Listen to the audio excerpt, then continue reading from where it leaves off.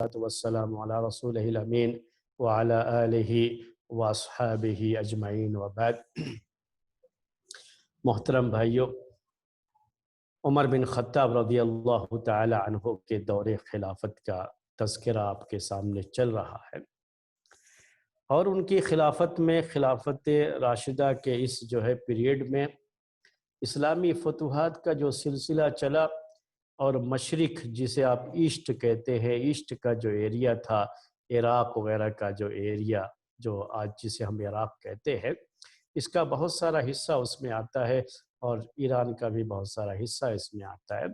کوفہ اور بصرہ، یہ سارے علاقے عمر رضی اللہ تعالی عنہ کے دور میں فتح بھی ہوئے، اور یہ سارے شہر اس زمانے میں آباد بھی کیے گئے تھے، جو عراق کے بہت مشہور شہر ہیں۔ اور اس زمانے کی جو سپر پاور جو ہے، یعنی بہت بڑی طاقت مانی جاتی تھی، کسریٰ کی جو حکومت مانی جاتی تھی، جن کا پائے تخت کیپٹل سٹی مدائن تھا۔ پچھلے درس میں آپ کے سامنے مدائن بھی فتح ہو گیا، اور مسلمانوں کے قبضے میں یہ سارے علاقے آ گئے تھے، اور ان کا جو بادشاہ تھا اس وقت، یزدجرد ثالث جسے کہا جاتا ہے، یزدجرد ثالث اسے کہا جاتا ہے۔ تو یہ یزدجرد سوئم فارسی میں کہنا ہو تو کہتے ہیں، تو یہ یزدجرد نام ہے اس کا، تیسرا یزدجرد ہے یہ جو ہے۔ تو یہ یزدجرد جو کہ مدائن میں تھا، یہ لوگ بھاگ گئے تھے سب کی سب وہاں سے، اور بھاگ کر کے پھر آگے چلے گئے تھے۔ مدائن بہرحال مسلمانوں کے قبضے میں آ گیا تھا، اور کافی بڑی فتح یہ مانی جاتی تھی مسلمانوں کی، اور اس کے جو ہے اس میں اللہ کے رسول صلی اللہ علیہ وسلم کی جو پیشن گوئی تھی، وہ پیشن گوئی بھی صحیح ثابت ہوئی تھی، اور اس کی وجہ سے آپ کی رسالت پر ایمان اور بڑھ جاتا ہے کہ آپ نے اس وقت، جبکہ مدینہ مکے میں تو بڑی قسم و پرسی کا عالم تھا مسلمانوں کا، اور بڑا ستایا جا رہا تھا، مدینہ ہجرت کرنے کے لیے مجبور ہوئے، اور مدینہ ہجرت کرنے کے بعد بھی ایک کے بعد ایک جو جنگیں آپ کے اوپر لادی گئی، اور مسلمانوں کو ان جنگوں کا سامنا کرنا پڑا۔ بڑی پریشانی کا دور تھا۔ اس پریشانی کے دور میں اللہ کے رسول صلی اللہ علیہ وسلم نے، جب جو ہے پوری دنیا اس کوشش میں تھی کہ آپ جس پیغام کو لے کر کے اٹھے ہیں، اس پیغام کو یہیں ختم کر دیا جائے، دفن کر دیا جائے، پیغام لانے والے کو بھی، اس کے ماننے والوں کو بھی دنیا سے نیست و نابود کر دیا جائے، ختم کر دیا جائے، جب اس کی کوشش ہو رہی تھی، اور ہر طرف سے آپ پر یلغار ہو رہی تھی، حملہ ہو رہا تھا، ایسے موقع پر اللہ کے رسول صلی اللہ علیہ وسلم نے اپنے صحابہ سے کہا، ان کو جو ہے پیشن گوئی یہ سنائی تھی کہ میں یہ دیکھ رہا ہوں کہ تم قیصر و کسریٰ کے خزانے فتح کر رہے ہو۔ تو مدائن میں جہاں ان کا خزانہ تھا، کسریٰ کا خزانہ، وہ فتح ہو گیا۔ مسلمان فتح کرنے کے بعد یہ مال غنیمت جو حاصل کیے، بڑا مال غنیمت اس میں ملا، اور اللہ کے رسول صلی اللہ علیہ وسلم کی وہ پیشن گوئی بھی صحیح ثابت ہوئی تھی۔ اب جب مدائن سے یہ لوگ بھاگے ہیں، تو یہ لوگ آگے چلے گئے مدائن سے جو ہے، اور دوسری سائیڈ میں گئے، تو جتنی فوج ان کی بھاگ سکی تھی، یہاں تک کہ بادشاہ بھی بھاگ گیا تھا وہاں سے، یزدجرد ثالث جو تھا وہ بھی بھاگ گیا تھا، اور کچھ کمانڈر بھی جو ہے وہاں سے بھاگ کر کے گئے تھے، فوج بھی بھاگ کر کے گئی تھی۔ جب یہ لوگ بھاگتے ہوئے آگے پہنچے، تو یہ لوگ جلولہ جو ہے ایک جگہ ہے، وہاں جا کر کے اکٹھا ہوئے، اور وہاں جا کر کے انہوں نے آپس میں مشورہ کیا، اور جو ہے وہاں پر انہوں نے آپس میں مشورہ کرتے ہوئے کہا کہ اگر آج تم ایسے ہی بھاگتے گئے، الگ الگ جدھر سینگ سمائی ادھر چلے گئے، یعنی کوئی ادھر جا رہا ہے کوئی ادھر جا رہا ہے، آج اگر تم اس طریقے سے ٹکڑیوں میں بٹ کر کے بھاگ گئے، اکٹھا نہیں ہوئے، اتحاد تمہاری صفوں میں نہیں آیا، تو یہ کہا انہوں نے مشورہ کرتے ہوئے کہ پھر ہمارا کوئی نام و نشان نہیں رہ جائے گا۔ اگر ایسے ہی ہم بھاگتے رہے تو کوئی نام و نشان نہیں رہ جائے گا، بلکہ وقت کا تقاضا یہ ہے کہ ہم سب اکٹھا ہو جائیں عرب سے لڑنے کے لیے۔ یہ فارس کے لوگ تھے،